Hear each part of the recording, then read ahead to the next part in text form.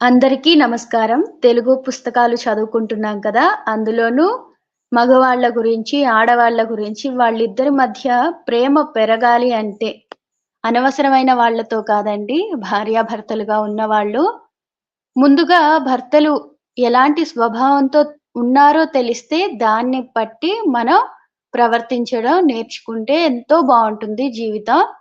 అలానే మగవాళ్ళకి కూడా. ఆ విషయాలన్నిటిని ఈ రచయిత చాలా బాగా రాశారు. ఆయన చెప్పినట్టు అందరి జీవితాల్లో అలానే ఉండాలి అని లేదు. కొంతమంది వేరుగా కూడా ఉండొచ్చు. ఆడవాళ్ళకున్న లక్షణాలు పుస్తకంలో, అవి నిజ జీవితంలో మగవాళ్ళకి కూడా కొంతమందికి ఉండుండొచ్చు. లేదంటే అసలు ఏవి లేకుండా కూడా ఉండొచ్చు. ఎక్కువ మందికి ఇలా ఉంటుంది అని ఆయన తెలుసుకున్న విషయాన్ని మనకు పుస్తక రూపంలో ఇచ్చారు. దాన్ని బట్టి మనకేది అవసరమవుతుందో చూసి దాన్ని అనుసరిస్తే బావుంటుంది. శిక్షార్థిని గారు జయ శ్రీరామ అండి. జై శ్రీరామ అండి దీపిక గారు. ఈ పుస్తకం ఇప్పటి వరకు చదివాం కదా! మీకేదైనా కొత్తగా అనిపించడమైనా, లేదంటే మంచిగా అనిపించడమైనా ఏదైనా మీ అభిప్రాయం ఏంటి?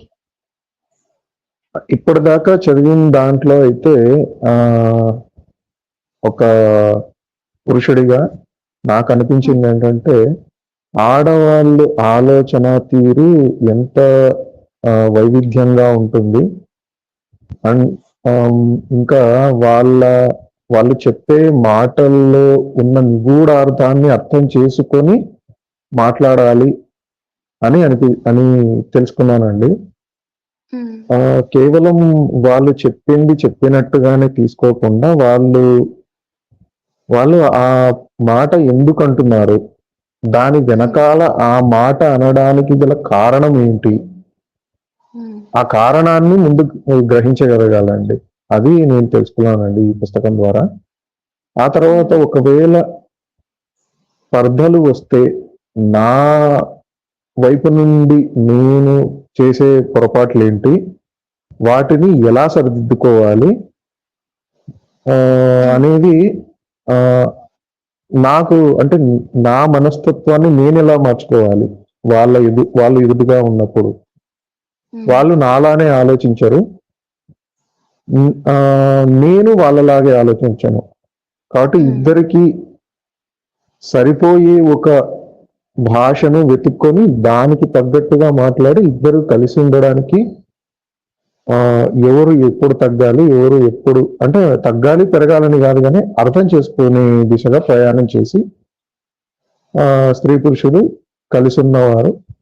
ఇంకా వాళ్ళ మధ్య అంటే ఒకరి మీద ఒకరికి ప్రేమ ఉంటుంది. కానీ అది వ్యక్తపరిచే విధానంలో తేడాలొస్తుంటాయి.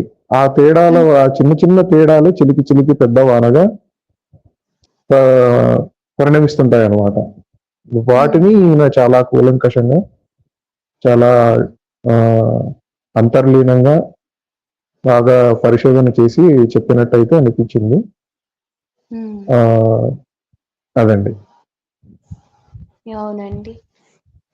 మరి మిగిలినది చదువుదామా అండి ఇప్పుడు? ఆ! ఖచ్చితంగా అండి. మొదట నేను చదవనా? చదవండి.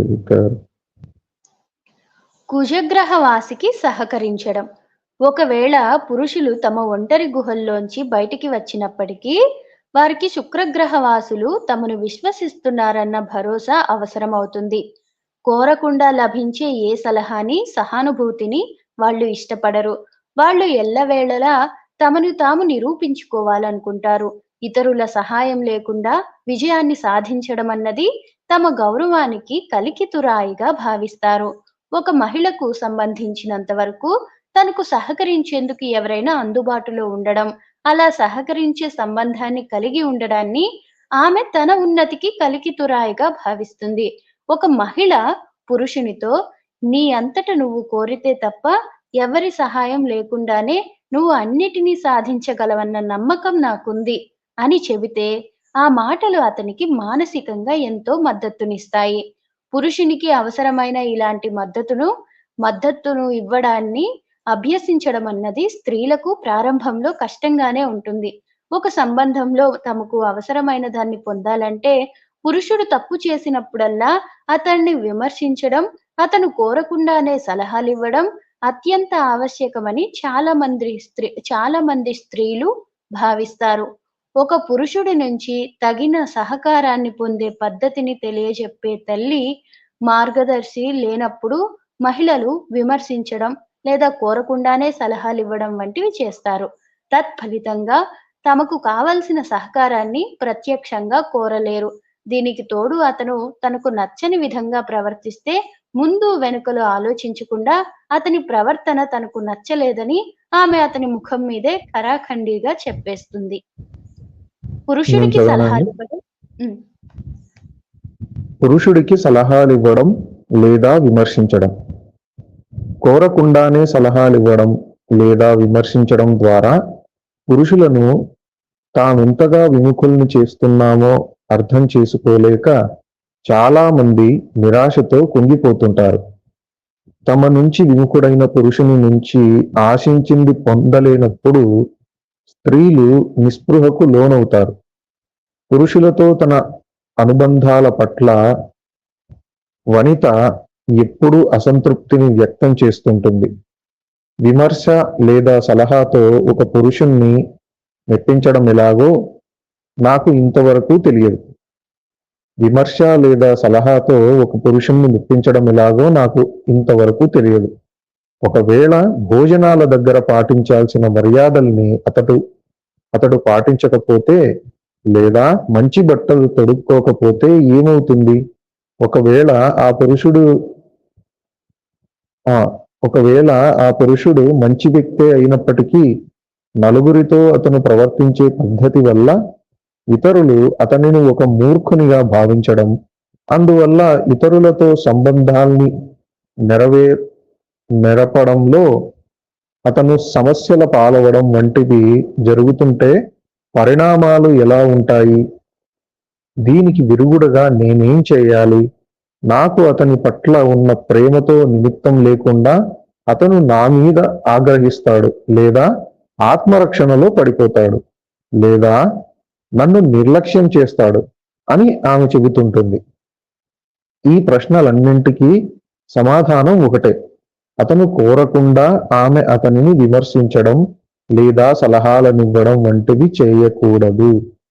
దానికి బదులు ఆమె అతనికి తన ప్రేమాస్పదమైన ఆమోదాన్ని అనంతంగా అందివ్వాల్సి ఉంటుంది. అతనికి కావాల్సింది ఉపన్యాసాలు కాదు, ఆమె నుంచి ఆమోదాన్నే అతను కోరుకుంటున్నాడు. ఆమె ఆమోదాన్ని అనుభూతించడం మొదలుపెట్టిన తరువాతే ఆమె అడుగుతున్న దాని గురించి ఆలోచించడం ప్రారంభిస్తాడు. ఏది ఏమైనప్పటికీ ఆమె నియంతలా ఆదేశిస్తున్నదని అతను గమనిస్తే వెంటనే అతని ధోరణి మారిపోతుంది. అవసరమైనప్పటికీ అతను ఆమె నుంచి ఎలాంటి సలహాలని కోరుకోడు. ముఖ్యంగా ఆంతరంగిక అనుబంధాల్లో పురుషులు భద్రతను అనుభూతించేంత వరకు మనసు విప్పి మాట్లాడడం కానీ సహకారాన్ని కోరడం కానీ చేయరు.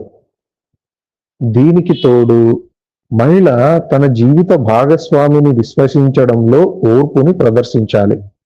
అలా చేస్తే అతని పరిస్థితి మరింత మెరుగుపడి అతనిలో మార్పు వస్తుంది.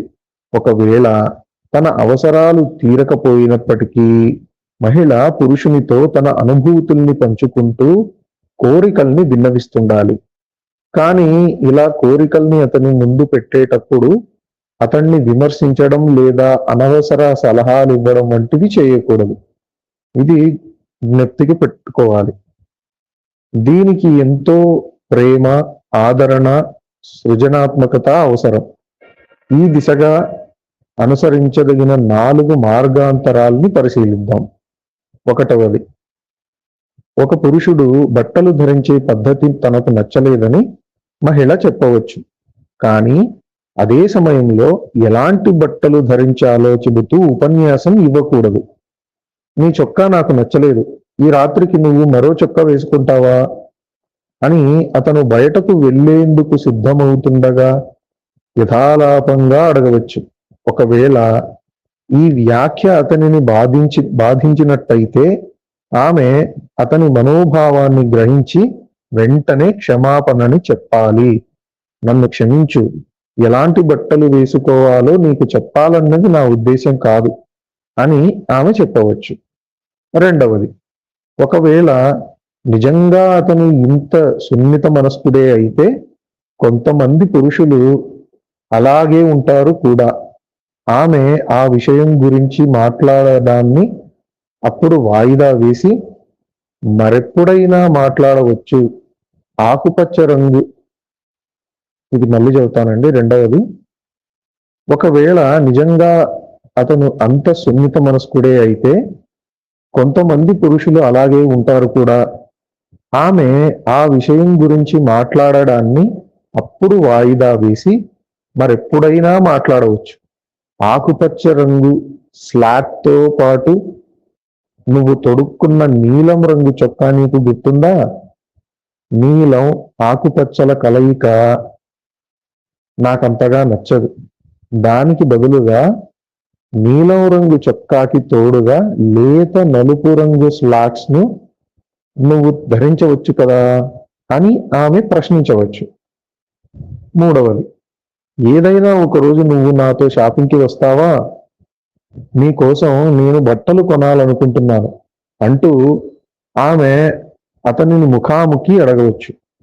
ఒకవేళ ఆ ప్రతిపాదనను అతను తిరస్కరించినట్టయితే అతనిక ఎంత మాత్రము ఇతరుల నుంచి ఆలనా పాలనను ఆశించడం లేదని ఆమె అర్థం చేసుకోవాలి. ఒకవేళ అతను ఆమె ప్రతిపాదనను అంగీకరించినట్టయితే తాను అతిగా సలహాలనివ్వవలసిన అవసరం లేదని ఆమె గ్రహించాలి. అతని మనోభిప్రాయాలను ఆమె ఎల్లప్పుడూ గుర్తుంచుకోవాలి. నాలుగవది, నేను నీతో సరేనండి. నేను నీతో ఒక విషయం గురించి మాట్లాడాలనుకుంటున్నాను. కానీ దాన్ని ఎలా చెప్పాలో నాకు తెలియడం లేదు. కాసేపు ఆగి, నిన్ను తప్పుబట్టాలని నేను అనుకోవడం లేదు. కానీ దాన్ని నీకు చెప్పాలని మాత్రం అనుకుంటున్నాను. నేను చెప్పే మాటల్ని నువ్వు వింటావా? దాని గురించి మరింత సానుకూలంగా తెలియజెప్పే పద్ధతి ఏమిటో నాకు చెబుతావా? అని ఆమె అడగవచ్చు.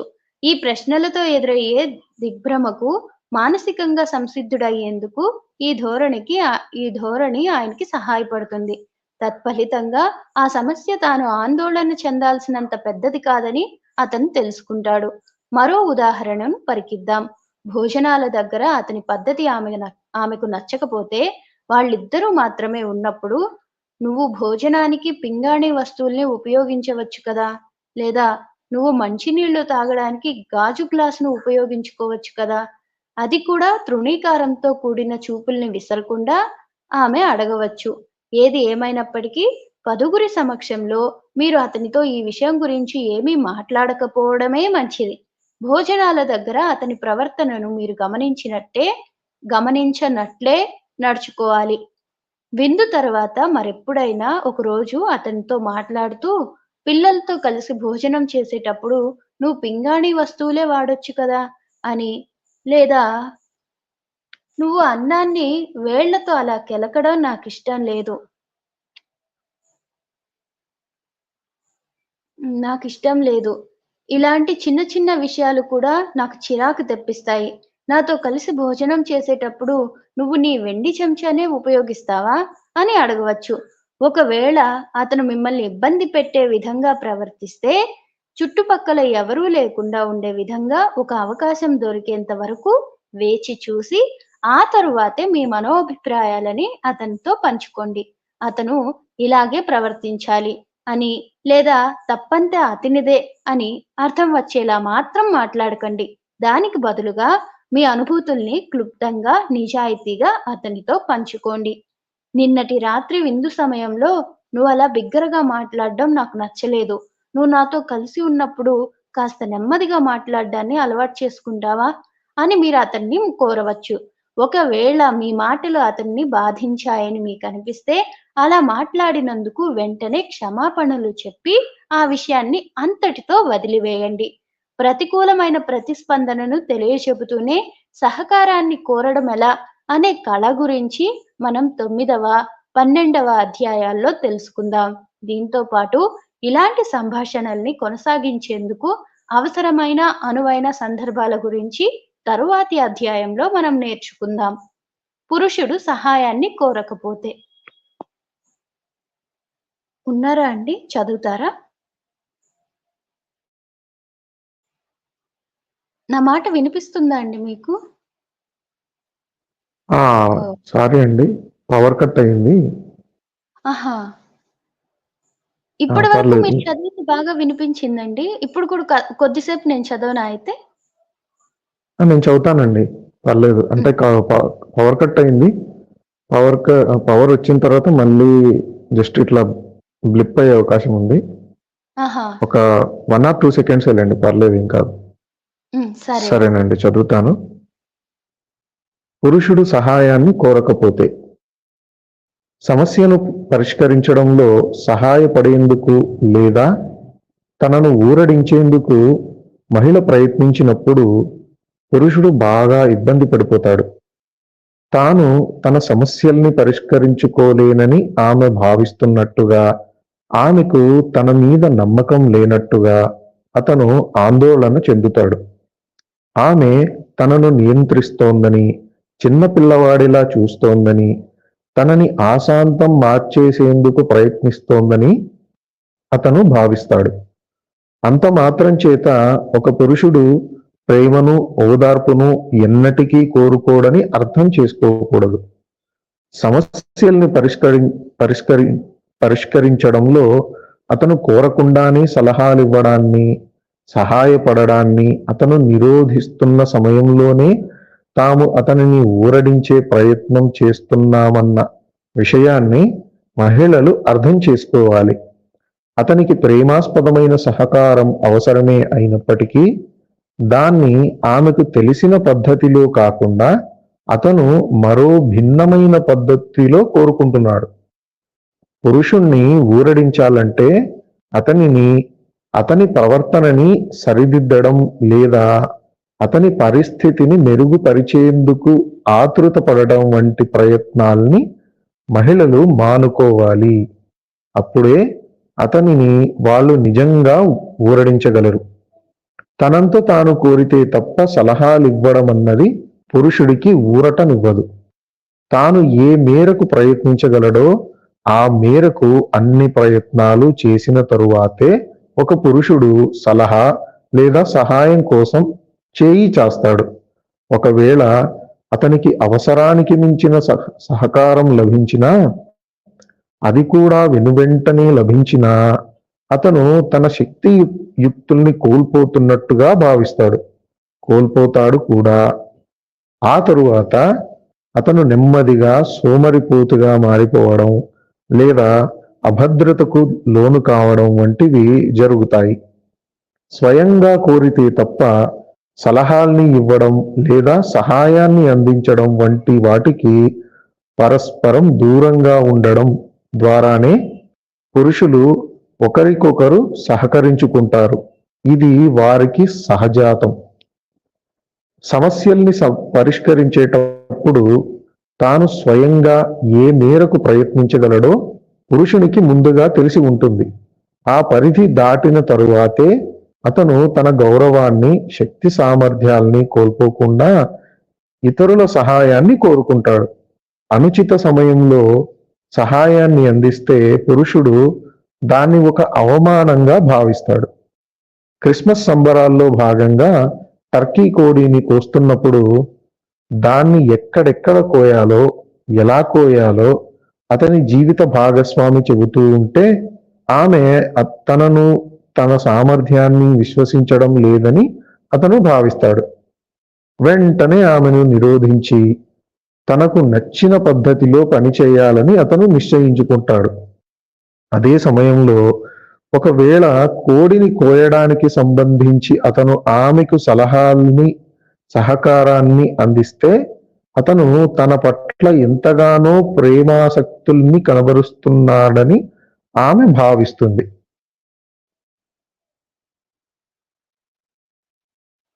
నేను ఎవరైనా చదువుతాను.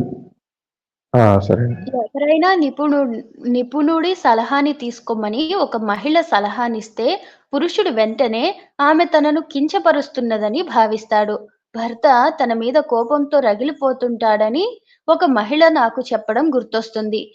లైంగిక సంపర్కం గురించి నా ఉపన్యాసాల తాలూకు ఆడియో టేపులను విని, రాసి పెట్టుకున్న ముఖ్యమైన అంశాల్ని సమీక్షించావా? సమీక్షించావా? లేదా? అని ఆమె అతనిని లైంగిక సంపర్కానికి ముందుగా ప్రశ్నించిందట. లైంగిక సంపర్కం గురించి నా ఉపన్యాసాలు తాలూకు వీడియో టేపులను విని, రాసి పెట్టుకున్న ముఖ్యమైన అంశాలని చూసావా లేదా? అని ఆమె అతనిని లైంగిక సంపర్కానికి ముందుగా ప్రశ్నించిందట. అలా ప్రశ్నించడం అన్నది అతనికి అంతులేని అవమానాన్ని కలిగిస్తున్నదన్న విషయాన్ని ఆమె గుర్తించలేదు. నా ఉపన్యాసాల తాలూకు ఆడియో టేపులను అతను మెచ్చుకున్నప్పటికీ, ఏం చేయాలి? ఎలా చేయాలి? అన్న దానిపై నా సలహాల్ని ఆమె తనకు గుర్తు చేయడాన్ని అతను ఇష్టపడలేదు. ఏం చేయాలో తనకు బాగా తెలుసునని అతను అన్నాడు. ఆమె తనను విశ్వసించాలన్నదే అతని కోరిక. పురుషులు విశ్వాసాన్ని ఆశించినప్పుడు స్త్రీలు ఆలనా పాలని ఆల స్త్రీలు పాలనల్ని కోరుకుంటారు.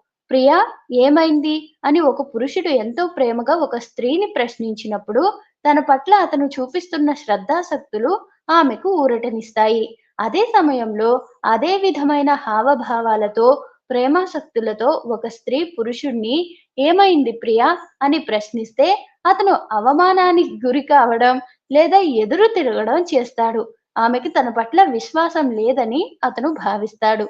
సానుభూతికి, సహానుభూతికి మధ్య తేడాను గుర్తించడం అన్నది పురుషుడికి కష్టసాధ్యమైన పని. జాలిని పొందడాన్ని పురుషుడు ద్వేషిస్తాడు. "నేను నిన్ను బాధించాను. నన్ను క్షమించు" అని ఒక మహిళ చెప్పవచ్చు. అందుకతను "అదేం పెద్ద విషయం గాదులే" అంటూ ఆమె చూపిన సహకారాన్ని పక్కకు తోసేస్తాడు. కానీ "నేను నిన్ను బాధించాను. నన్ను క్షమించు" అని అతను చెప్పడాన్ని ఆమె ఎంతో ప్రేమగా కూడిన విషయంగా స్వీకరిస్తుంది. తన పట్ల అతను నిజంగా ఎంతో శ్రద్ధాసక్తుల్ని కలిగి ఉన్నాడని భావిస్తుంది. శ్రద్ధాసక్తుల్ని కలిగి ఉన్నామన్న విషయాన్ని నమ్మబలకడం ఎలానో పురుషులు తెలుసుకోవాల్సి ఉంది. అలానే విశ్వసిస్తున్నామని నమ్మబలకడం ఎలానో స్త్రీలు నేర్చుకోవాల్సి ఉంది. అతి శ్రద్ధ కూడా ఇబ్బందికరమే. బోనీని పెళ్లి చేసుకున్న తొలి రోజుల్లో ఒకానొక వారాంతపు సదస్సుకు నేను హాజరు కావలసి వచ్చింది. నన్ను ఎన్ని గంటలకి నిద్రలేపాలని ఆ ముందు రోజు రాత్రి తాను అడిగింది. తర్వాత నేను ఎక్కాల్సిన విమానం బయలుదేరే సమయాన్ని ఆమె అడిగి తెలుసుకునేది. అలా చేయడం ద్వారా నేను సకాలంలో విమానాశ్రయానికి చేరుకునేలా నన్ను హెచ్చరించేందుకు మానసికంగా సిద్ధపడేది. ఇలా చేసిన ప్రతిసారి తాను నాకు సహకరిస్తున్నానని ఆమె భావించేది. కానీ నేను అలా భావించేవాడిని గాదు. దానిని అవమానంగా భావించేవాడిని. అంతకు ముందు 14 ఏళ్లుగా నేను ఇలాంటి సదస్సుల కోసం ప్రపంచవ్యాప్తంగా పర్యటిస్తూనే ఉన్నాను. ఒక్కసారి కూడా నేను విమానాశ్రయానికి ఆలస్యంగా చేరుకోలేదు. నేను బయలుదేరాల్సిన రోజు ఉదయాన్నే బయలుదేరడానికి ముందు ఆమె నా మీద ప్రశ్నల పరంపరను సంధించేది. "నీ దగ్గర టికెట్ ఉందా? పర్సు జేబులో పెట్టుకున్నావా? నీ దగ్గర చాలినంత డబ్బుందా? నువ్వు నీ సాక్సుల్ని తీసుకున్నావా? ఎక్కడ బస్ చేయాలో నీకు తెలుసా?" అంటూ నన్ను రకరకాలుగా ప్రశ్నించేది. ఇలా ప్రశ్నించడం వల్ల తాను నన్ను ప్రేమిస్తున్నట్టుగా భావించేది. కానీ ఆమె నన్ను విశ్వసించడం లేదని భావించి నేను ఖిన్నుడయ్యేవాడిని. క్రమేణా ఆమె ప్రేమను నేను గుర్తించానని, దాన్ని నేను అభినందిస్తున్నానని ఆమెకు అర్థం చేయించే ప్రయత్నం చేశాను. అయితే తను ఒక తల్లిలా నన్ను అలా అంటిపెట్టుకుని ఉండడం అన్నది నాకిష్టం లేదని కూడా ఆమె తెలుసుకునేందుకు సహకరించాను. ఒకవేళ ఆమె నా మీద తల్లి ప్రేమను చూపించాలనుకుంటే, అది ఎలాంటి ఆంక్షలకు లోబడిన ప్రేమ కావాలని, ఆమె నన్ను విశ్వసించాలని ఆమెతో నేను చెప్పాను. అలా చేస్తేనే ఆమెలోని ఆ తల్లి ప్రేమను నేను అంగీకరించగలనని ఆమెకు తెలియచెప్పాను. ఒకవేళ నేను విమానాశ్రయానికి ఆలస్యంగా వెళ్ళడం వల్ల విమానాన్ని ఎక్కలేకపోతే, "నువ్వు నాతో ముందుగా నేను నిన్ను హెచ్చరించాను కదా!" అంటూ ఫిర్యాదుగా మాట్లాడకూడదు అని నేను ఆమెకు చెప్పాను. నేను ఈ విధంగా నేర్చుకోవాల్సిన పాఠాన్ని నేర్చుకుని, అందుకు అనుగుణంగా నన్ను నేను మార్చుకున్నానని నువ్వు విశ్వసించాలి. ఒకవేళ నేను నా టూత్ బ్రష్‌ను లేదా షేవింగ్ కిట్‌ను మర్చిపోతే, దానివల్ల ఎదురయ్యే సమస్యల్ని నన్నే ఎదుర్కోనివ్వు. నేను దాని గురించి మాట్లాడేంత వరకు ఆ ప్రస్తావన తేవద్దు అని ఆమెతో అన్నాను. తాను కోరినట్టుగా కాకుండా నాకేం కావాలన్నా దాని మీద ఒక అవగాహనను పెంచుకోవడం వల్ల నాకు అవసరమైన సహకారాన్ని అందివ్వడం అన్నది ఆమెకు మరింత సులభతరం అయింది. ఒక విజయగాథ. నేను నేను చెబుతానండి. హ్మ్. ఒక విజయ గాథ. ఒకసారి సదస్సు నిమిత్తం నేను స్వీడన్కు వెళ్లాల్సి వచ్చింది. న్యూయార్క్కు చేరుకున్న తరువాత అక్కడి నుండి కాలిఫోర్నియాలోని బోనీకి ఫోన్ చేసి నేను నా పాస్పోర్టును ఇంట్లోనే మర్చిపోయిన విషయాన్ని చెప్పాను. అప్పుడు ఆమె ఎంతో ప్రేమాస్పదంగా అందమైన పద్ధతిలో ప్రతిస్పందించింది. మరింత బాధ్యతగా వ్యవహరించి ఉండాల్సింది అని ఆమె నాకు ఘాటైన ఉపన్యాసాలు ఇవ్వలేదు. దానికి బదులు విషయం చెప్పగానే ఆమె తేలికగా నవ్వేసి, జాన్, నువ్వు భలే సాహసాలు చేస్తావు, మరిప్పుడు దారేమిటి అని ప్రశ్నించింది. నా పాస్పోర్టును స్వీడన్లోని దౌత్య కార్యాలయానికి ఫ్యాక్స్ పంపాలని, దాంతో సమస్య పరిష్కారం అవుతుందని నేను ఆమెకు చెప్పాను. ఆమె ఈ విషయంలో ఎంతో సహకారాన్ని ఇచ్చింది. నేను చేసిన ఈ పొరపాటు గురించి ఆమె ఎన్నడూ ఒక్క మాట కూడా మాట్లాడలేదు. సమస్యను పరిష్కరించుకోవడంలో నేను చూపిన తెలివితేటలను ఆమె ఎంతగానో ప్రశంసించేది. చిన్న చిన్న మార్పుల్ని చేసుకోవడం.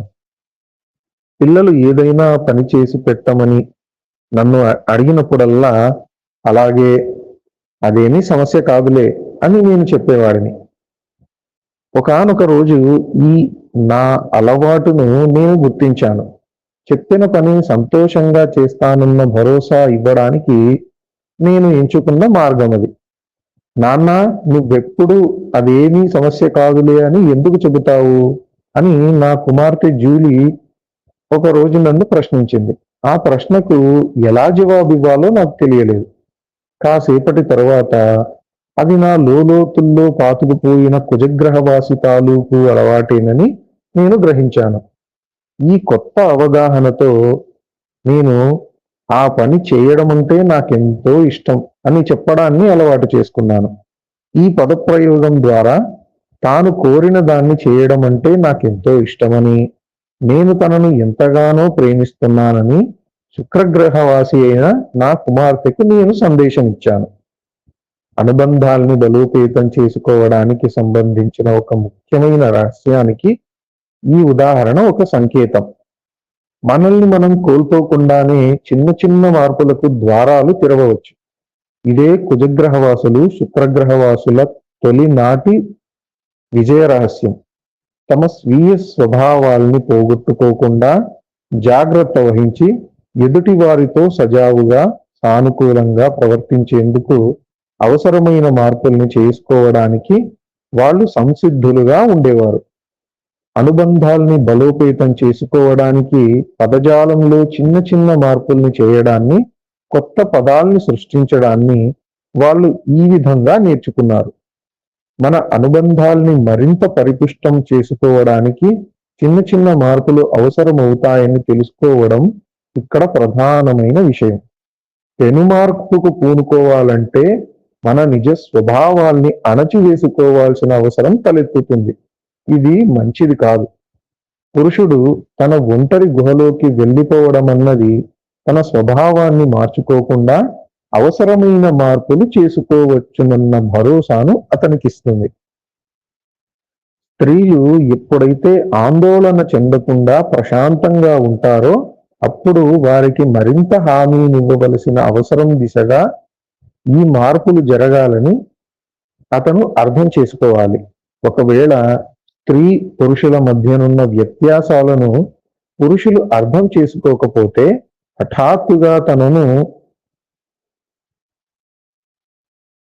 హఠాత్తుగా తనను ఆశ్రయించే మౌనం ఎంతటి ఆందోళనకు దారితీస్తుందో అతను ఎన్నటికీ గ్రహించలేడు. కాస్త భరోసానివ్వడం ద్వారా అతను పరిస్థితిని చక్కదిద్దగలడు. గుహలోకి వెళ్ళిపోవాలన్న తన ఆతృత ఆమెను ఎంతగా కుంగదీసిందో అర్థం చేసుకోకపోతే తాను ఆమె కన్నా ఏ విధంగా భిన్నమైన వ్యక్తినన్నది అతను తెలుసుకోలేడు. తమ మధ్య ఉన్న వ్యత్యాసాల్ని గుర్తించినప్పుడు ఆమెను సంతృప్తిపరచడం కోసం అతను ఒంటరి గుహలోకి పదే పదే వెళ్ళడాన్ని మానుకుంటాడు. కానీ అది అతి పెద్ద తప్పిదమవుతుంది. ఒకవేళ అతను తన ఒంటరి గుహను పూర్తిగా త్యజిస్తే, అంటే తన నిజ స్వభావాన్ని వదులుకుంటే, అతనిలో చిరాకు మరింతగా పెరిగిపోతుంది. అతను బలహీనుడై, ఆత్మరక్షణలో పడిపోయి, సంకుచిత మనస్కుడై, స్తబ్దుడై పోతాడు. తనను ఇంతగా విషాదానికి గురిచేసినదేమిటో అతనికి తెలియకపోవడం వల్ల పరిస్థితి మరింతగా దిగజారిపోతుంది. అతను తన ఒంటరి గుహలోకి వెళ్ళిపోయినప్పుడు మహిళ ఆవేదనకు గురైతే, అలా గుహలోకి వెళ్ళడాన్ని ఏకమొత్తంగా మానివేసే బదులు ఒక పురుషుడు చిన్న చిన్న మార్పులు చేసుకోగలిగితే సమస్య మరింత సులువుగా పరిష్కారమవుతుంది. ఆమెను సంతృప్తిపరచడం కోసం అతను తన అవసరాల్ని వదులుకోవడం లేదా తనలోని పురుష స్వభావాన్ని త్యజించడం వంటివి చేయకూడదు.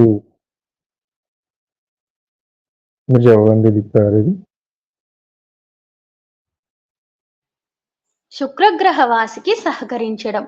ఒక పురుషుడు తన ఒంటరి గుహలోకి వెళ్ళిపోయినప్పుడు లేదా మౌనముద్ర దాల్చినప్పుడు, దీని గురించి ఆలోచించడానికి నాకు కొంత సమయం కావాలి, దయచేసి నాతో మాట్లాడకు, నేను మళ్ళీ మామూలు మనిషిని అవుతాను అని చెబుతాడని మనం ఇదివరకే తెలుసుకున్నాం.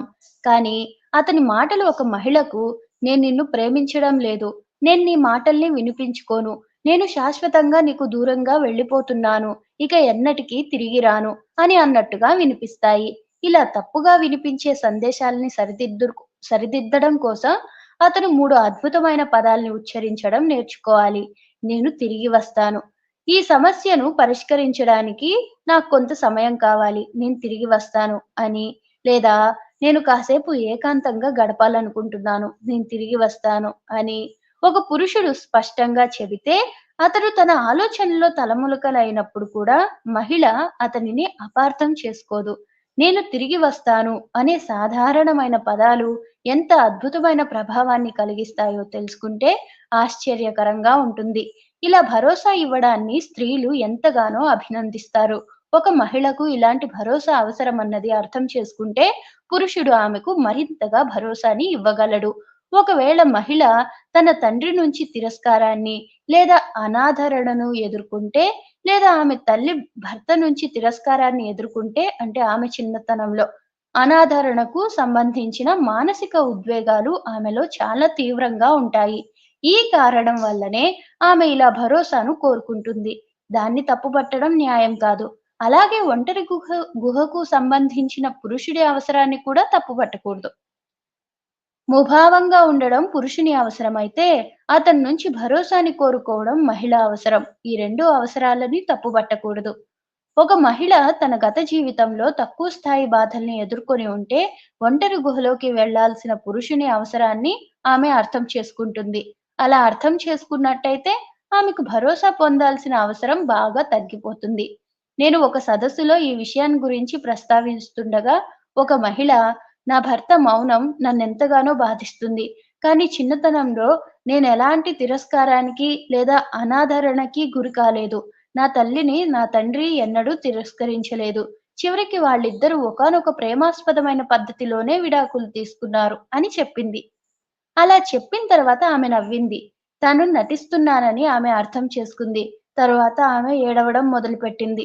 నిజానికి ఆమె తల్లి తిరస్కారానికి గురయింది. ఆమె కూడా తిరస్కారానికి గురయింది. ఆమె తల్లిదండ్రులు విడాకులు తీసుకున్నారు. తన తల్లిదండ్రుల్లాగే ఆమె కూడా బాధాకరమైన మానసిక ఉద్వేగాలను అంగీకరించకుండా వాటిని తిరస్కరిస్తోంది. విడాకుల సంఖ్య పెరిగిపోతున్న ప్రస్తుత కాలంలో మహిళలకు భరోసానివ్వడం అన్నది ఎంతో సున్నితమైన విషయమని పురుషులు ప్రధానంగా గుర్తించాలి.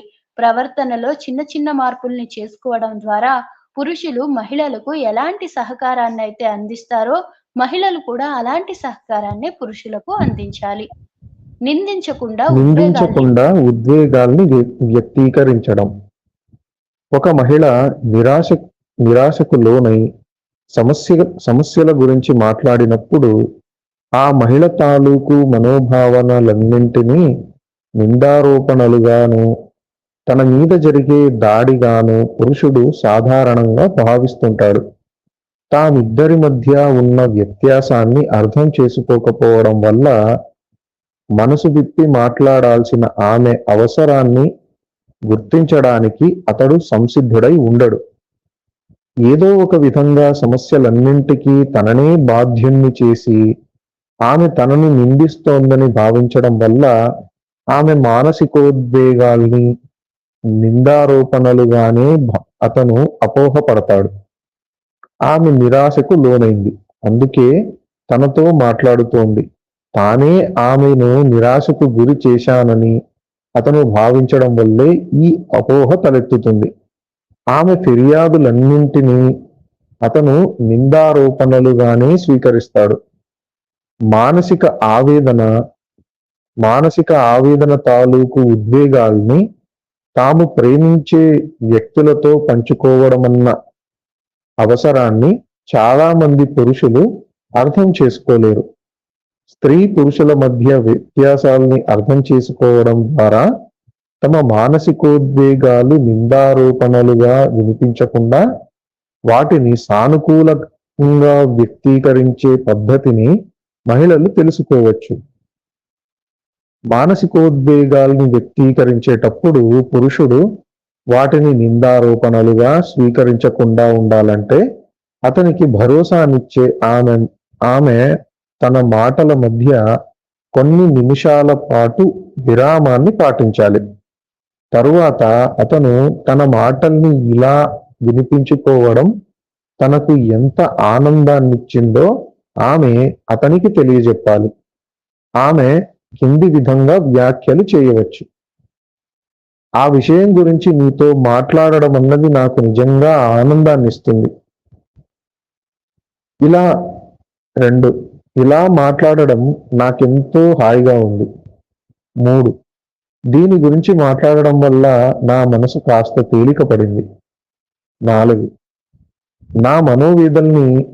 నా మనోవేదనల్ని నీతో పంచుకోవడం నాకు ఆనందాన్నిచ్చింది. ఇప్పుడు నాకు కాస్త ఊరటగా ఉంది. 5 నేను ఆ విషయాన్ని గురించి నీతో ఇప్పుడు మాట్లాడేశాను. అమ్మయ్య, విన్నందుకు నీకు నా కృతజ్ఞతలు. ఈ చిన్న మార్పులు ఎంతో గొప్ప వ్యత్యాసాన్ని చూపెడతాయి. ఆమె తన సమస్యల గురించి అతనికి వివరించినట్టుగానే తనను సంతృప్తి పరచడానికి, తన జీవితాన్ని మరింత ఆనందమయం చేయడానికి అతను చేసిన ప్రయత్నాల్ని మెచ్చుకోవడం ద్వారా ఆమె అతనికి తగిన సహకారాన్ని అందించవచ్చు.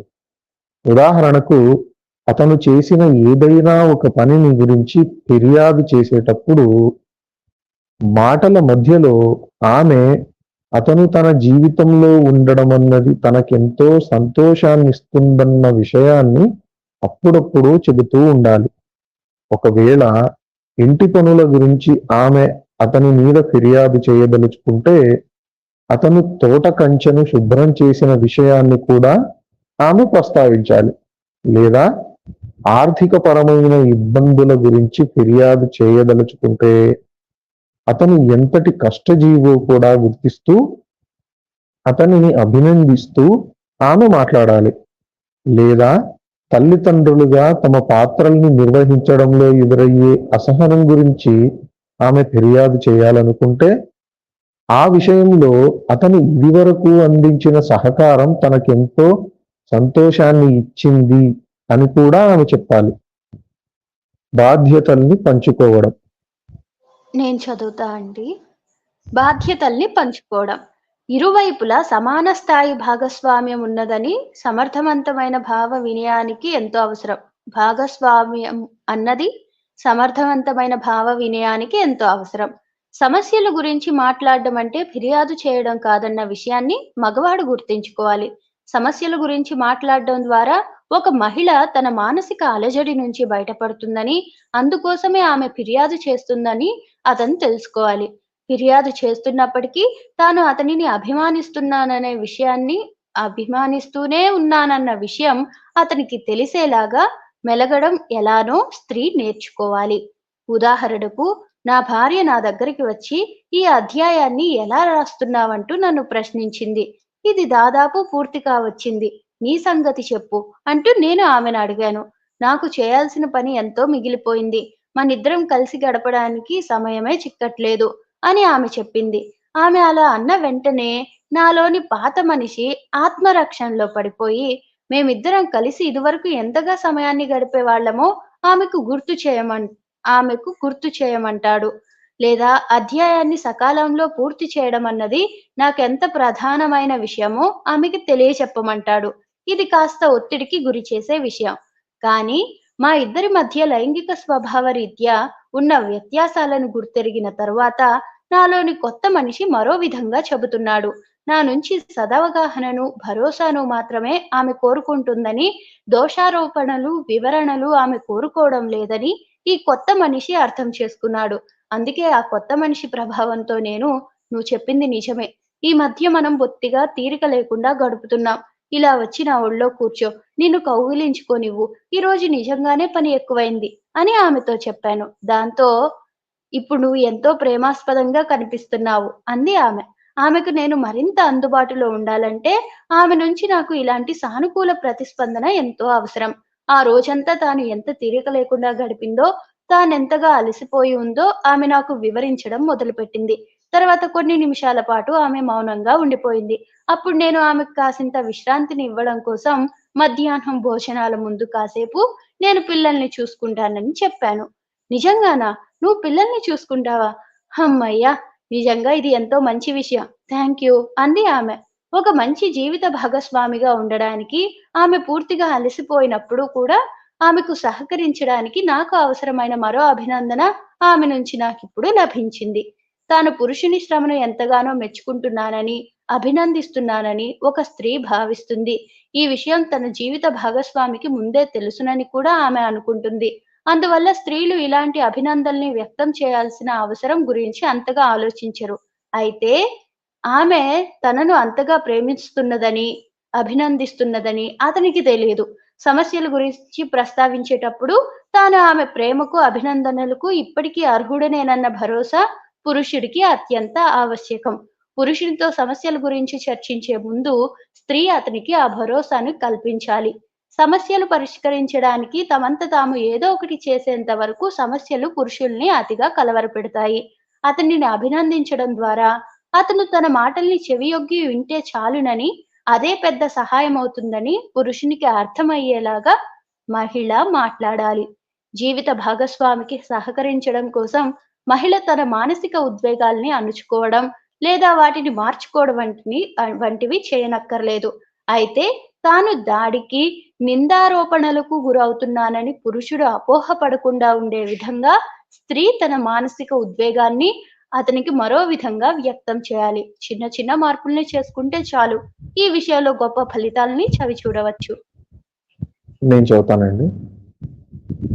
సహకారాన్నిచ్చే 4 అద్భుతమైన పదాలు. పురుషుడికి అది నీ తప్పు కాదు అన్న 4 పదాలు మానసికంగా ఎంతో మద్దతునిస్తాయి. నువ్వు నా మాటల్ని ఇంత శ్రద్ధగా వినడాన్ని నేను ఎంతగానో ప్రశంసిస్తున్నాను. ఒకవేళ నా మాటలు ఇదంతా నీ తప్పే అన్నట్టుగా ధ్వనిస్తే అది పొరపాటు. నా ఉద్దేశం అది కాదు. నిజానికి అది నీ తప్పు కాదు అని చెప్పడం ద్వారా ఒక మహిళ తన మనోవేదనను పురుషుడితో పంచుకునేటప్పుడు అతని మనసుకు అవసరమైన మద్దతును ఇవ్వవచ్చు.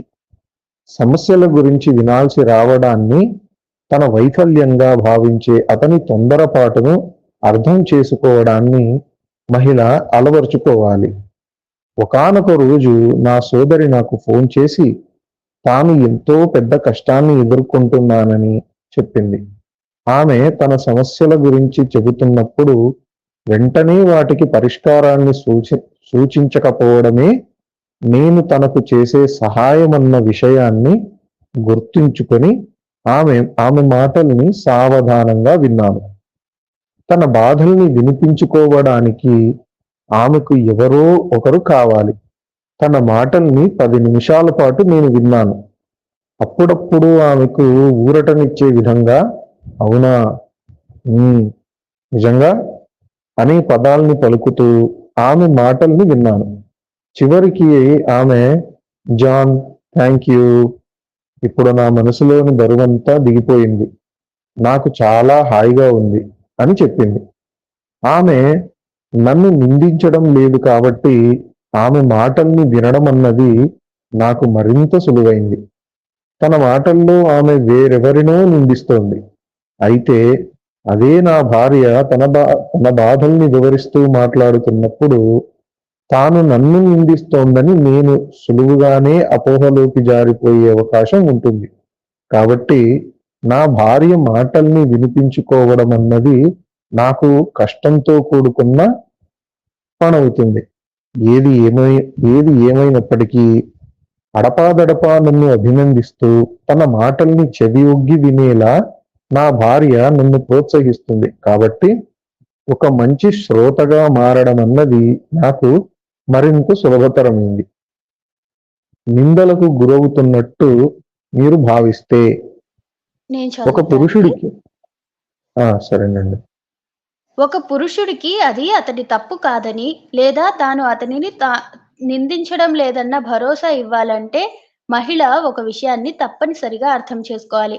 అతనికి అలాంటి భరోసా ఇస్తున్నప్పుడు ఆమె నిజంగానే అతన్ని నిందించడం, అతని పట్ల అసంతృప్తి వ్యక్తం చేయడం, అతనిని విమర్శించడం వంటివి చేయకూడదు. తాను నిందలకు గురి కావడం లేదని భరోసా ఇచ్చే ముందు, స్త్రీ నిజాయితీగానే పురుషునికి ఆ భరోసాను ఇవ్వవలసి ఉంటుంది.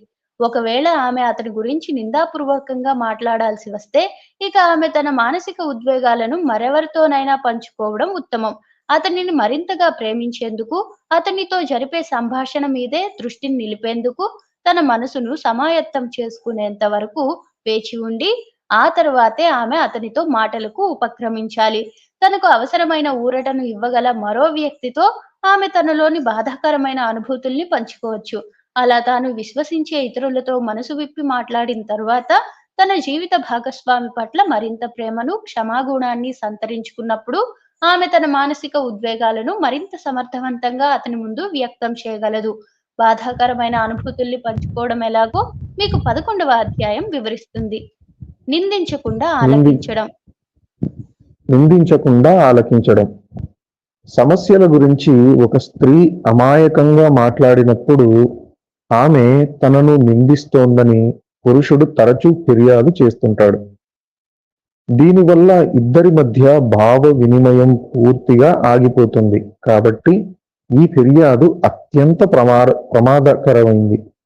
మనం అస్తమానం పని పని పని అంటూ వెంపర్లాడుతున్నాం. ఇద్దరం కలిసి సరదాగా కాసేపు కూడా సమయాన్ని గడపలేకపోతున్నాం.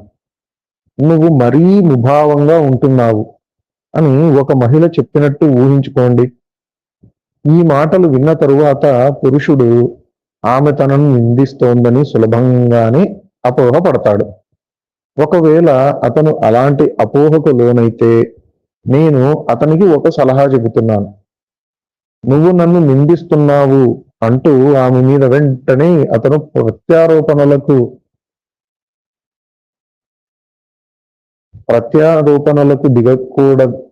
దిగకూడదన్నదే నా సలహా.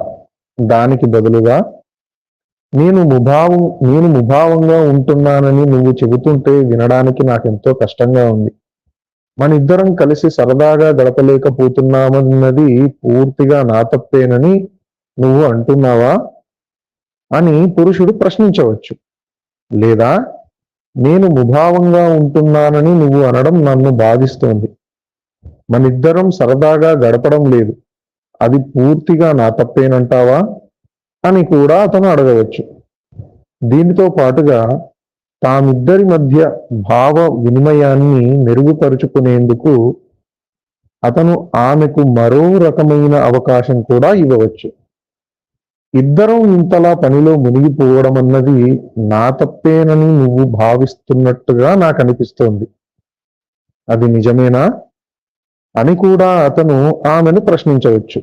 లేదా మనం సరదాగా గడపడం లేదని నేను చాలా ముభావంగా ఉంటున్నానని నువ్వు అంటుంటే అదంతా నా తప్పుగాని నువ్వు భావిస్తున్నట్టు నాకు అనిపిస్తోంది.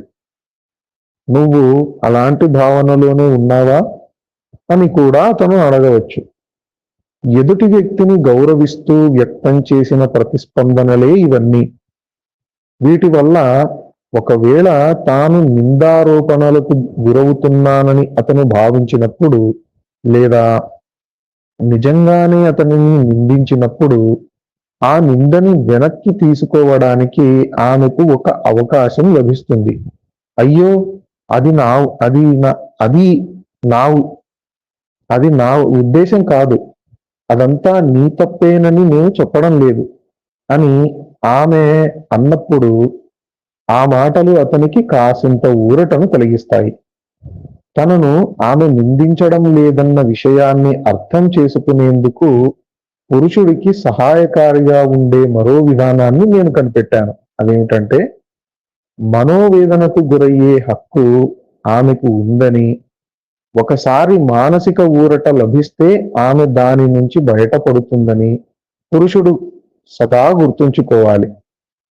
ఇలాంటి అవగాహన నాకు మానసికంగా ఎంతో విశ్రాంతినిచ్చింది.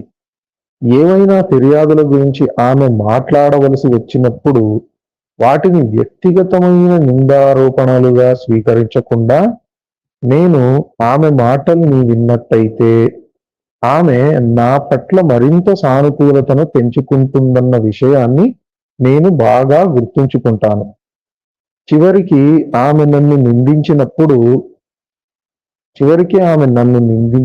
కూడా ఈ విషయాన్ని గుర్తుంచుకోవడాన్ని మానను. ఎందుకంటే ఆమె ఎక్కువసేపు అలా నిందించడాన్నే అంటిపెట్టుకొని ఉండదు. ఆలకించే కళ. ఆలకించే కళ. ఒక స్త్రీ మనోభావనల్ని శ్రద్ధగా వినడాన్ని, వాటిని సరిగ్గా అనువదించుకోవడాన్ని పురుషుడు అభ్యసించినట్టయితే వారిద్దరి మధ్య భావ వినిమయం మరింత సులువవుతుంది. అన్ని కళల్లాగే శ్రద్ధగా ఆలకించడానికి కూడా అభ్యాసం అవసరం. నేను ప్రతిరోజు ఇంటికి చేరుకోగానే బోని కోసం వెతికి ఆమెను దగ్గరగా కూర్చోబెట్టుకొని ఆ రోజు ఆమెకెలా గడిచిందో అడిగి తెలుసుకుంటాను. ఇక్కడ ఇందాకొక విషయం చెప్పడం మర్చిపోయానండి. మళ్ళీ ఇప్పుడు కూడా మర్చిపోతానని చెప్తున్నాను. మనం చాలా దగ్గరలో ఇందులో చూస్తే నన్ను కౌగిలించుకో, నన్ను కౌగిలించుకో, నన్ను కౌగిలించుకుంటావా అని ఒక ఆడపిల్ల అడగడం మనం గమనించాం. దాన్ని మనసులో పెట్టుకొని ఆడవాళ్ళకి అలా కౌగిలి, దగ్గర చేసుకోవడం, పొదివి పట్టుకోవడం ఇవంతా ఇష్టం అని వాళ్ళు అడగకుండానే, వాళ్ళు కోరకుండానే వాళ్ళు ఏ మనసు అంటే మూడ్ అంటాం గదా! అందులో ఉన్నారో తెలుసుకోకుండా వాళ్ళకిష్టమని వెళ్లి పట్టుకున్నా గూడా ఏదో తేడా కొడుతుంది యవ్వారం. వాళ్ళకిష్టం ఉండదు. వాళ్ళు మీకేదో కోరికలతో పట్టుకున్నారన్నట్టుగా అనుకునే అవకాశం ఉంటుంది. అదొకటి. 2 ఇక్కడ బయట నుంచి రాగానే ఆమెను దగ్గరగా కూర్చోబెట్టుకొని ఆమె కోసం వెతికి చేస్తామన్నారు కదా! ఇలాగా అసహజంగా ఎప్పుడైనా ఈ పుస్తకం చదివిన తర్వాత, ఈయనేదో వాళ్ళ భార్యకి చేశాడని మీరు గూడా అలా ఇంటికి వెళ్ళగానే ఈ పుస్తకం చదివాం కాబట్టి చేశారనుకోండి. ఏదో తప్పు చేసొచ్చుంటాడు. అందుకని కాకపట్టడానికి ఇలా చేస్తున్నాడు అని అనుకునే అవకాశం ఉంటుంది. కాబట్టి ఒకవేళ ఎవరైనా మారాలి అనుకుంటే ఈ కౌగిలి విషయంలోనూ, ఇలా దగ్గర కూర్చోబెట్టుకునే వినే విషయంలోనూ జాగ్రత్తగా ఉండాలి. వాళ్ళు కోరుకున్నప్పుడు దాన్ని ఇచ్చే విధంగా ఉంటే చాలు. అనవసరమైన సమయాల్లో అంతా చేసినా వాళ్ళకి కష్టంగా అనిపిస్తుంది. ఇది. అంటే తర్వాత రో హ్మ్. అంటే ఇంటికి చేరుకోగానే భూమి కోసం వెతికి ఆమెను దగ్గరగా కూర్చోబెట్టుకొని, అంటే అది హ్మ్. ప్రతిరోజు చేస్తే అది ఏమి డౌట్ అట్లా ఏమి ఆ! ఉండదు గదండీ! అదే చెప్తున్నా అండి. పుస్తకంలో చూసి ఈయన చేశాడని వెంటనే అది అభ్యసిస్తే ఇక అంతే సంగతి. అందుకని మెల్లమెల్లగా చూసుకోవాలి. హుహు. అలా చెప్తున్నాను. ఏమోనండి. ఆడవాళ్ళతో చాలా డేంజర్ అండి. ఎందుకంటే వాళ్ళకి ఏ హుహు. కొంచెం ఎక్కువైనా అదేదో సినిమాలో చెప్తారు కదా! 'నేనే అంబానీ' సినిమానా? ఇంకొకటా? హ్మ్. కొంచెం నవ్వితే వెకిలి అంటారు. లేదంటే నకిలీ అంటారు. ఇంకొకటి ఆహా! చేస్తే ఇంకొకటంటారు. ఇంకొకటి చేస్తే ఇంకొకటంటారు అని చెప్తారు. అలా మీరు కౌగిలించుకోకపోయినా ఇంకెవరితోనో అఫైర్ ఉందని అనుకోవచ్చు. మీరు అతిగా కౌగిలించుకున్నా ఏదో తప్పు చేసొచ్చి దాన్ని కప్పిపుచ్చడానికి ఇలా నాటకాలు ఆడుతున్నారని అనుకోవచ్చు. అందుకని మీ ప్రవర్తన సహజంగా ఉండేటట్టు చూసుకుంటేనే మంచిది. పుస్తకాలు ఎన్ని దీని చదివినప్పటికీ బదులు హ్మ్. దీని బదులు ఆడవాళ్ళకి దూరంగా ఉంటే పోయేది కదండి. ఉండగలిగే అంత శక్తి ఉంటే ఉండొచ్చండి. కానీ అదే దూరంగాను ఉండలేము, దగ్గరైనా ఉండలేము. అలా ఉండలేం అలాంటి కాబట్టే గదా! సిట్యుయేషన్. మగవాళ్ళకి, ఆడవాళ్ళకి ఇష్టం లేకపోయినా ఉండలేం అనిపించినా ఉండాల్సొస్తుంది. హ్మ్. మామూలు ఒక్క లైంగిక దీనికనే గాదు. మామూలు ప్రతి విషయానికి కూడా అది ఒక సహచర్యం. హ్మ్. అది అంటే కావాలి. కంపానియన్‌షిప్. ఆడవాళ్ళతో ఉండాలి అనిపిస్తుంది. ఉండలేము అనిపిస్తుంది. మగవాళ్ళు వద్దు అనిపిస్తుంది. కానీ కావాలి, ఉండాలి అనిపిస్తుంది. అది తప్పదిక. అదే నాకు మాత్రం ఈ పుస్తకంలో బాగా నచ్చింది ఆ ఒక్క మాటండి. ఇద్దరు కలిసి ఓహ్! ఉండలేరు అని విడిగా దూరంగాను ఉండలేరు. హ్మ్. అవేమి పెద్ద కష్టాలేం కాదండి. కానీ ఆహ్, అంతా అన్ని విషయాలు మెదడులో ఉంచుకొని ముందుకు పోతూ ఉండాలి. ఆలకించే హ్మ్. కళను అభ్యసించడానికి నేను ఎంచుకున్న పద్ధతి ఇది. ఒకవేళ ఆమె నిరాశకు గురైతే, లేదా ఆ రోజంతా ఆమె ఒత్తిడిని ఎదుర్కొన్నట్లయితే, నేను ప్రశ్నించిన వెంటనే ఆమె తన బాధలకు ఏదో విధంగా నేను బాధ్యుడినని ధ్వనించేలాగా మాట్లాడడం మొదలుపెడుతుంది. అప్పుడు ఆ మాటల్ని వ్యక్తిగత నిందారోపణలుగా భావించకుండా, ఆమెను అపార్థం చేసుకోకుండా వ్యవహరించడం అన్నది నాకు పెను సవాలుగా మారుతుంది. మేమిద్దరం భిన్నమైన భాషల్ని మాట్లాడే వాళ్ళమన్న విషయాన్ని పదే పదే గుర్తుకు తెచ్చుకుంటూ ఉంటాను. ఆమె మాటల్ని వింటూనే ఇంకా ఏం జరిగింది? అంటూ నేను సంభాషణను కొనసాగిస్తాను. ఇలా ప్రశ్నించడం ద్వారా ఆమెను బాధించే ఇతర సమస్యల గురించి కూడా ఆమె చెబుతుంది. నేను తెలుసుకుంటాను. క్రమంగా తన మనోవేదనకు ఏకైక బాధ్యుడిని నేను కానని అర్థం చేసుకోవడం మొదలుపెడతాను. కొద్దిసేపటి తర్వాత తన మాటల్ని విన్నందుకు ఆమె నన్ను ప్రశంసించడం మొదలుపెడుతుంది. ఒకవేళ ఆ ఇబ్బందులకు పాక్షికంగా నేనే కారణమైనప్పటికీ, తన మాటల్ని శ్రద్ధగా ఆలకించినందుకు ఆమె నా పట్ల మరింత ప్రేమను, ఆమోదాన్ని పెంచుకుంటుంది. నా పట్ల కృతజ్ఞతను కూడా వ్యక్తం చేస్తుంది. శ్రద్ధగా ఆలకించడం అన్నది అభ్యాసం, అవసరమైన కలే. అయినప్పటికీ పురుషులు కూడా కొన్నిసార్లు ఆమె ఉపయోగించే పదజాలాన్ని యథాతథంగా అర్థాలతో స్వీకరించడం, తద్వారా మనోవేదనకు లేదా ఒత్తిడికి గురి కావడం వంటివి చేస్తుంటారు. అలాంటి సందర్భాల్లో పురుషుడు ఆమె మాటల్ని వినిపించుకోవడానికి ఎంత మాత్రం ఇచ్చగించడు. కానీ ఇలా పెడమొహం పెట్టడానికి బదులు దాని గురించి మాట్లాడడానికి నేనిప్పుడు సిద్ధంగా లేను. ఇది సరైన సమయం కాదు. దీని గురించి మనం మరెప్పుడైనా మాట్లాడుకుందాం అని మృదువుగా చెబితే సరిపోతుంది. ఆమె తన మాటల్ని మొదలుపెడితే తప్ప వాటిని తాను వినే అవసరం రాదన్న విషయాన్ని కొన్నిసార్లు పురుషుడు గ్రహించలేడు.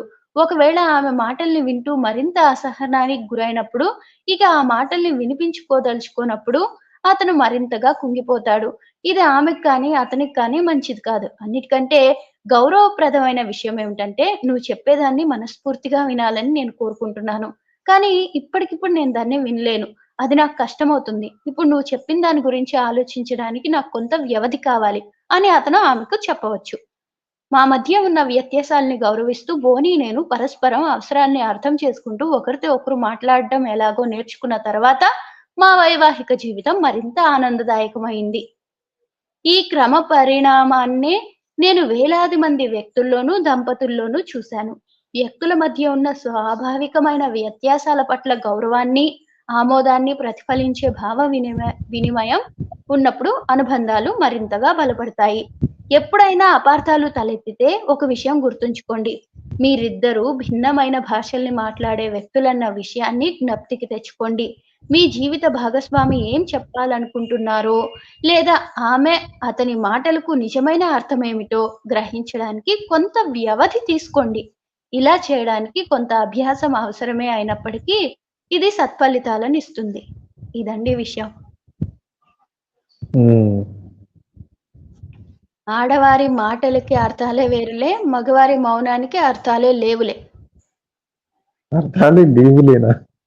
అంతే అండి. లిటరల్ మీనింగ్స్ ఉన్నాయి గదండీ! లిటరల్ మీనింగ్స్ మగవాడి మౌనానికి. ఏముంది? హ్మ్. ఏమి అంతా లేదులే బానే అంటే ఉంది. హ్మ్. బానే ఉంది. అంటే ఏం లేదులే వదిలేయి. హ్మ్. హ్మ్. అంటే అని లిటరల్ తీసుకోవాలి అక్కడ. హ్మ్. అక్కడ ఆడవాళ్ళు ఏం లేదులే అని అంటే, ఆడవాళ్ళకి ఏం లేదులే అంటే ఏదో ఉందని కదా మామూలుగా. హ్మ్. అవును. ఆడవాళ్ళు అలా అర్థం చేసుకుంటారు మగవాళ్ళని. ఏం లేదులే అంటే ఏంటి ఏంటి ఏముంది, అదే గీతాంజలిలో గురువు గారు అన్నట్టు ఏ ఏంటి ఏంటి చెప్పు చెప్పు చెప్పు చెప్పని సావగొడతారు. అవునండి. అలా ఉంటుందండి. వాళ్ళకి ఆ భాష రాదు, వీళ్ళకి ఈ ఆ! భాష రాదు. అదే. అది ఆ నేర్చుకుంటే భాష చాలా బావుంటుంది. ఆ భాషల్ని అర్థం చేసుకోవాలి.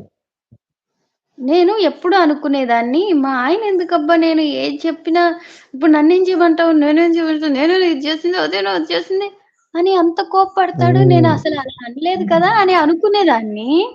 ఆ, అయితే ఆయన పాపం చాలా మనసుకి తీసేసుకొని అంటే నేను చేతగాని వాడిని. మామూలుగా నేను మాట్లాడితేనే అలా ఉంటది. ఎవరితో మాట్లాడినా ఉమ్, కొంచెం ఉన్నదున్నట్టుగా కటువుగానే మాట్లాడతాను. ఇక మా ఆయనతో ఉమ్, కూడా అలాగే ఉండేసరికేమో ఆయన నన్ను "ఏం తెలివిలేని వాడిగా అనుకుంటావు. ఇదంటావు, ఉమ్, అదంటావు" అని అనుకుంటే ఏంటి ఉమ్. ఉన్న మాట చెప్తే ఉలికెక్కువ కదా! అందుకనే ఇంత బాధపడుతున్నాడా అని అనుకునేదాన్ని. కాదు మామూలుగా ప్రతి ఒక్కరు కూడా అది వాళ్ళ మీసం మీద దెబ్బ కొట్టినట్టు.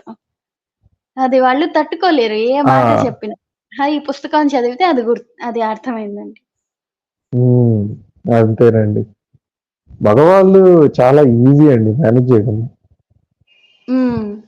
ఏం లేదు. చాలా వాళ్ళు ఏం తప్పు చేసినా ఆహా! ఓహో! ఇది అంటే చాలు అయిపోయింది.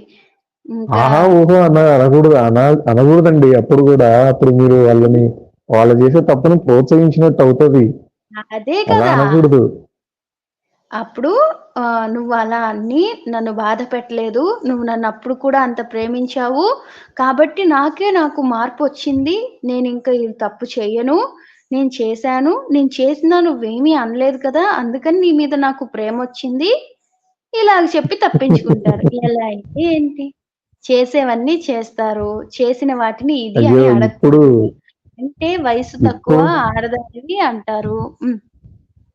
ఇప్పుడు జనరేషన్ లో అమ్మాయిలు ఎలా ఉన్నారంటే, అంటే అమ్మాయిలు అబ్బాయిలు ఇద్దరు హ్మ్. అందరూ ఎలా ఉన్నారంటే, వాడు అంటే both of them both genders వాళ్ళ హ్మ్. ఈగో సాటిస్ఫై అవ్వాలా ఫస్ట్ హ్మ్. థింగ్. ఈగో వారు అంతే అండి.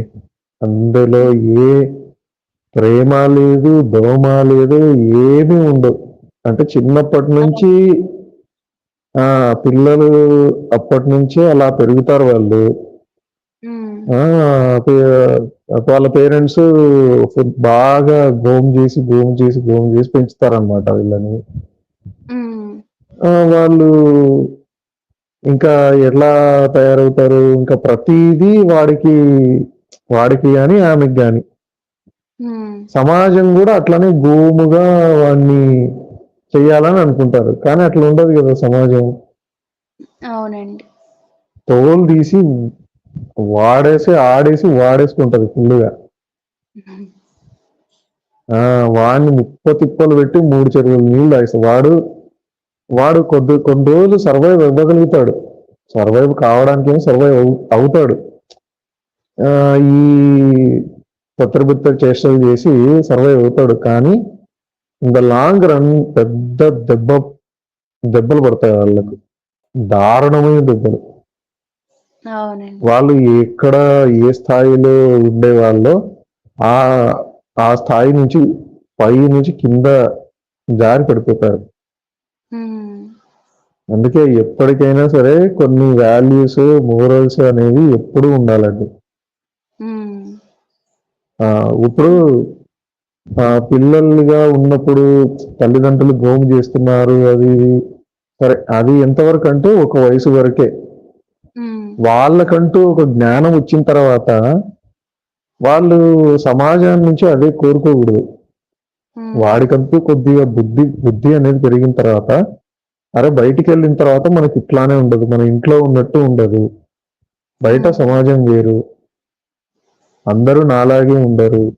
అందరి పరిస్థితులు ఉమ్, అందరి పరిస్థితులు నేను వచ్చిన పరిస్థితుల్లోంచే ఉన్నట్టుగా ఉండవు. హ్మ్. కొందరేమో అంటే హ్యాపీ లైఫ్ నుంచి వస్తారు, కొందరేమో చాలా హార్డ్ లైఫ్ నుంచి వస్తారు. హ్మ్. అంటే కొన్ని బ్రోకెన్ హోమ్స్ ఉండొచ్చు. కొందరు అవును. వాళ్ళు చాలా కసిగా ఉంటారు. మంచి హ్మ్. వాళ్ళైతే ఏదన్నా సాధించాలని కానీ వాళ్ళు నిర్ద్వంద్వంగా ఉంటారు కొన్ని చోట్ల. హ్మ్. కొందరు కొన్ని కొన్ని సైకలాజికల్ సిమ్టమ్స్ ఉంటాయి వాళ్ళకి. హ్మ్. ఇట్లానే బ్రోకెన్ ఫ్యామిలీస్ లో ఎక్కువ ఉంటాయి పిల్లలకి. హ్మ్. వాళ్ళు ఏంటంటే చాలా క్రూరంగా ఉంటారు. హ్మ్. మనిషి అంటే వాళ్ళకు ఒక లెక్క ఉండదు. మనిషికి జంతువులకు తేడా ఉండదు వాళ్ళకి. హ్మ్. అలా కూడా తయారవుతారు. అలా రకరకాల వాళ్ళు ఉంటారండి. అంటే నేను రెండు ఎక్స్ట్రీమ్లు చెప్తున్నాను. ఆ హ్మ్. మధ్యస్థంగా చాలా రకాల వాళ్ళు ఉంటారు ఇంకా. అవునండి. అదండి. అంటే ఫస్ట్ సమాజాన్ని తెలుసుకుంటే ఈ స్త్రీ పురుషుల మధ్య ఇది అది ఇది అది అనేది చేసు అర్థం చేసుకోవచ్చు. అసలు అవునండి. మొట్టమొదటిగా మనం ఏ స్త్రీని చూజ్ చేసుకుంటున్నాము, లేకపోతే ఏ పురుషుడిని చూజ్ చేసుకుంటున్నాము, అక్కడే ఉంటదండి మెయిన్. ఆ కుటుంబంది గూడా అండి. వాళ్ళ అమ్మ ఎలాంటిది, వాళ్ళు వాళ్ళ నాన్న ఎలాంటి వాళ్ళు అది కూడా ఉంటది. అదే కదండి. ఇప్పుడు పేరెంటింగ్ గురించి కూడా చెప్పా కదా నేను. హ్మ్. నేనెందుకు జెప్తున్నానంటే ఇలాంటిది ఒకటి చూసాను. వాళ్ళమ్మ ఉమ్, పరమ చెత్త వేస్ట్ ఫెలో. అంటే అమ్మల్ని నేనెప్పుడు తిట్టను. కానీ ఆ అమ్మ ఉమ్, మాత్రం ఎంత గలీజ్ అంటే అంత గలీజ్‌ది. ఇక ఆ ఉమ్, అమ్మాయికి అతను పెళ్లి జేసుకున్నాడు. పెళ్లి ఉమ్, జేసుకున్నప్పటి నుంచి అంటే ఏంటో బొమ్మల పెళ్ళిలాగా చేసేసారు వీళ్ళు. ఈ నేను ఉమ్, అమ్మ అని చెప్తున్నాను గదా! క్యారెక్టర్. ఆ ఉమ్, అమ్మ ఏం జేసింది, ఆ పెళ్లి కొడుకు మ్యాట్రిమోనీ అని చెప్పేసి దీంట్లో కలుసుకుంటారు గదా! అలా కలుసుకున్నారు. ఇద్దరు ఒకే ఊరు. ఉమ్, వైజాగ్. ఇద్దరి ఇల్లు గూడా చాలా దగ్గర. అయితే ఈ ఉమ్, అమ్మాయి వాళ్ళ అమ్మ వెళ్లి అతనితో కూర్చొని వాళ్ళ ఇల్లు వాకిలి చూసి, "అయ్యా నేనిన్ని కష్టాలు పడ్డాను. మా ఆయన అయ్యా అది ఇది మాకెవ్వరు లేరు. మమ్మల్ని అందరూ కష్టపెట్టేశారు. మేమైతే ఎవరిని చెప్పుకోము. మీరెవరికైనా చెప్పుకుంటే చెప్పుకోండి. ఇదిగో మా అమ్మాయి" అని చెప్పేసి వాళ్ళ అందమైన అమ్మాయి ఫోటో చూపించేసి పెళ్ళికి ఓకే చేయించారు. అబ్బాయి వాళ్ళు ఉమ్, "మేమొక్కడే గదా కొడుకు మేము రిసెప్షన్ అయినా చేసుకుంటాం" అంటే, "మీ ఇష్టం ఎలా పడితే అలా జేసుకోండి. మాకైతే ఎవరు వద్దు. మేమైతే ఎట్లా గాదు" అలా అంటే ఇష్టం లేనట్లుగా మాట్లాడారు. ఉమ్, ఉమ్, ఆహ్, సరే ఏదో చేసేసుకున్నారు. అయిపోయింది. పెళ్లయిన రెండో రోజే ఆవిడ ఆ ఊరొదిలేసి హైదరాబాదొచ్చింది. ఏమి అంటే, "నేను యాక్టింగ్ జేయాలి గదా! అక్కడుంటే కుదరదనింది." ఆ తర్వాత అబ్బాయి గూడా ఇక్కడికొచ్చాడు. ఇక్కడికొచ్చిన తర్వాత తెలిసిందేంటంటే, ఆవిడ డ్రగ్సు, ఫ్రెండ్సు, రాత్రుల్లో పబ్బులు, వేరే వేరే ఛీ! ఓ బాయ్ ఫ్రెండ్సు వాడితో హోటల్‌లో అదే వాడితో రూమ్‌లో ఉండడము, ఈ మొగుడినేదో పిచ్చి బకరాని జూసినట్టు చూడడం, ఇలాంటివన్నీ ఆయనకి ఉమ్, చూసేసరికి మతిపోయింది. తీరా వాళ్ళమ్మ అది ఎవరమ్మ? ఈ అమ్మాయి వాళ్ళ అమ్మ ఎవరైతే గలీజ్‌ది అన్నానో, ఆవిడ ఉమ్, వాళ్ళ మీద ఇది చేసింది రివర్స్‌గా. చేసిందంతా వీళ్ళదే తప్పు. వెనక్కి తిరిగి ఉమ్. ఆ అబ్బాయి వాళ్ళు వీళ్ళ ఫ్యామిలీ హిస్టరీ ఏంటని చూస్తే ఆవిడంట అలాంటావిడంట. ఆవిడకి అందరూ అలా ఓహ్! హ్మ్. కానీ మొదట చూసారా అర్థమైంది. అసలు ఎవ్వరు మొదట వాళ్ళ గురించి వాళ్ళు చెప్పిందే విని నమ్మిపోయారు. తల్లి ఎలా ఉంటదో పిల్ల అలా ఉంటది అని అంటూ ఉంటే నేను ఏమోలే అనుకునేది.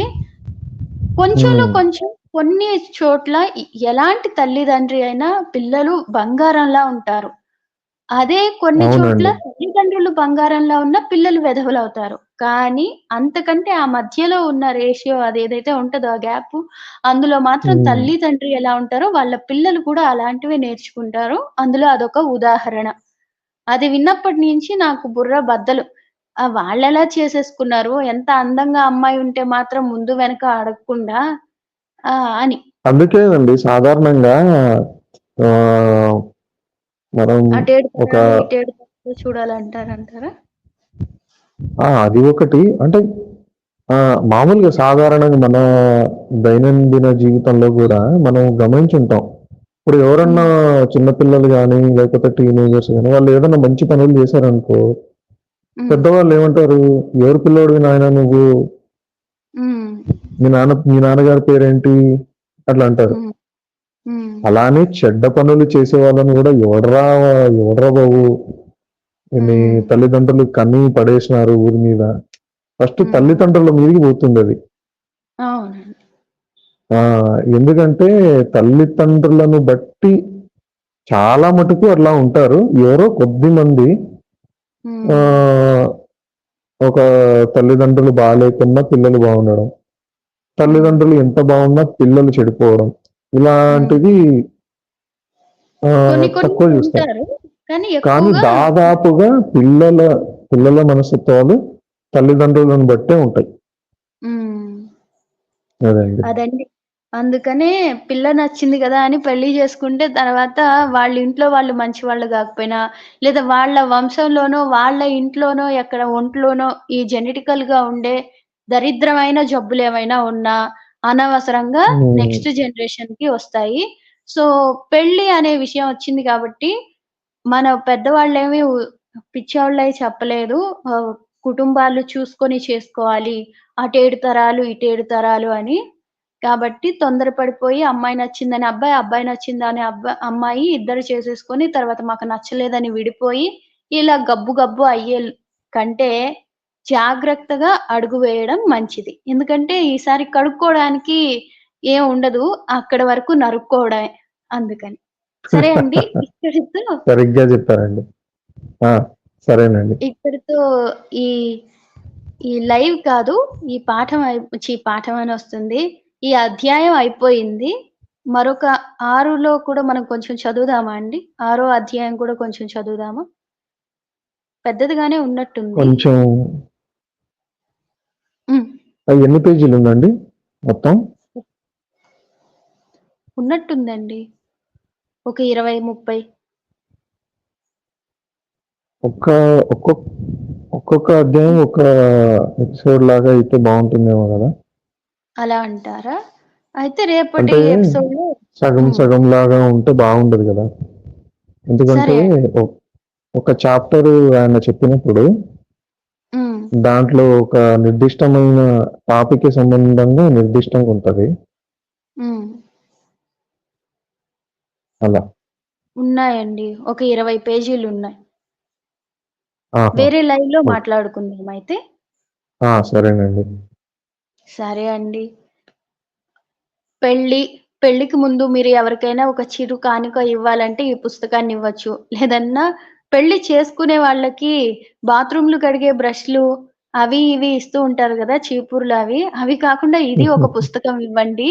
నిజంగా వాళ్ళకి మీరు చాలా మంచి చేసిన వాళ్ళవుతారు. నేనైతే ఇద్దామనుకుంటున్నాను. కనీసంలో కనీసం ఇవ్వలేకపోయినా ఇలాంటి వీడియోస్ చిన్నవిగా చేసైనా షేర్ చేయడం, లేదంటే ఇలాంటివే షేర్ చేయడం, లేదా పీడీఎఫ్ రూపంలో అయినా బుక్‌ని షేర్ చేయడం చేయాలని అనుకుంటున్నాను. మరి మీరేమనుకుంటున్నారో కామెంట్ చేయండి. జయ శ్రీరామ స్వస్తి. ధన్యవాదాలు శిక్షార్థిని గారు. ఈ అవకాశం ఇచ్చినందుకు దీపిక గారికి ధన్యవాదాలండి. అందరికీ జై శ్రీరామ.